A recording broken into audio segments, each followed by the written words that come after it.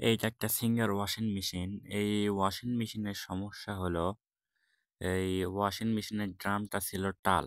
সেই জন্য পুরোপুরি মেশিন খোলার পরে সঠিকভাবে কাজ করে দিয়ে আবার সেটিং করা হচ্ছে। এখন আমার ড্রামটা সেটিং করা হচ্ছে দেখেন। এখানে আমাদের সিনিয়র বড় ভাই ড্রামটা ভালোভাবে ইনস্টলেশন করে দিচ্ছে।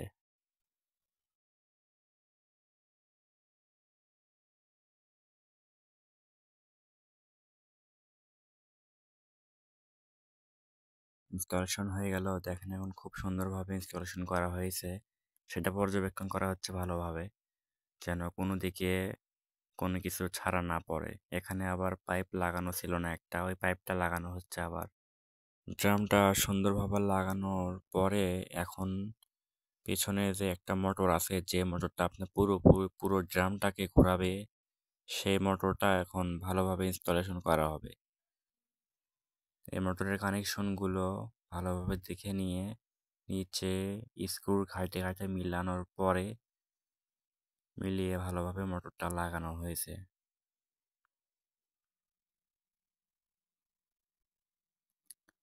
ক্যামেরাতে খুব একটা ভালোভাবে ভিডিও করতে পারিনি, সেই জন্য দুঃখিত।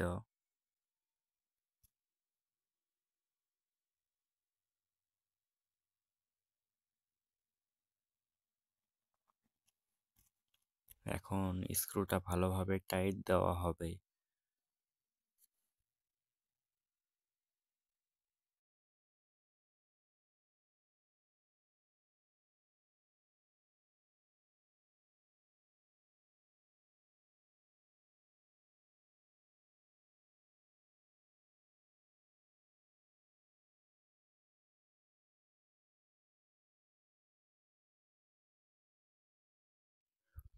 মোটর লাগানো কাজটা শেষ হয়েছে। এখন ড্রামের সাথে যে একটা পেনিয়ম থাকে, যে পেনিয়মের মাধ্যমে পুরো ড্রামটা ঘুরবে, সেই পেনিয়মটা ভালোভাবে আটকানো হচ্ছে। এটা আটকানোর পরে বেল্ট দিয়ে ভালোভাবে মোটরের সাথে সংযোগ করে দেওয়া হবে, যেন কোনোভাবে বেল্টটা খুলে না যায় কিংবা কোনোভাবে দুর্ঘটনা না ঘটতে পারে। পেনিয়মটা সুন্দরভাবে লাগানোর পরে এখন লাগানো হবে মোটরের তারের কানেকশনটা। এই কানেকশনটা ভালোভাবে দেখে লাগাতে হবে, যদি কোনোভাবে ভুল হয় তাহলে মোটর পুড়ে যাওয়ারও সম্ভাবনা আছে। সেই জন্য আমাদের সিনিয়র টেকনিশিয়ান মাহিদুল ভাই সুন্দরভাবে কাজটা করে দিচ্ছে আমাদেরকে।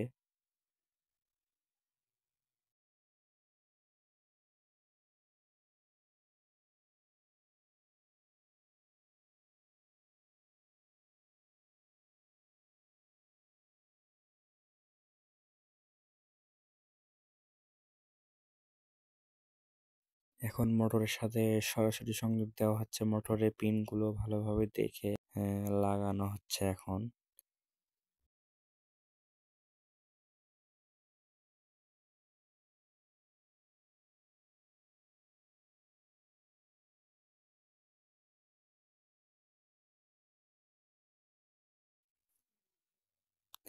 মোটরের কানেকশনটা দেওয়া শেষ। এখন উপরে ডিটারজেন্ট বক্স যেটা, সেটা লাগানো হবে।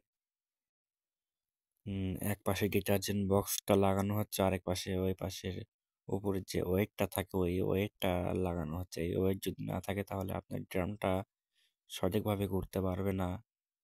ঘুরতে গেলে ঝাঁকাঝাঁকি করবে, নড়াচড়া করবে মেশিনটা, ভাইব্রেশন হবে প্রচুর।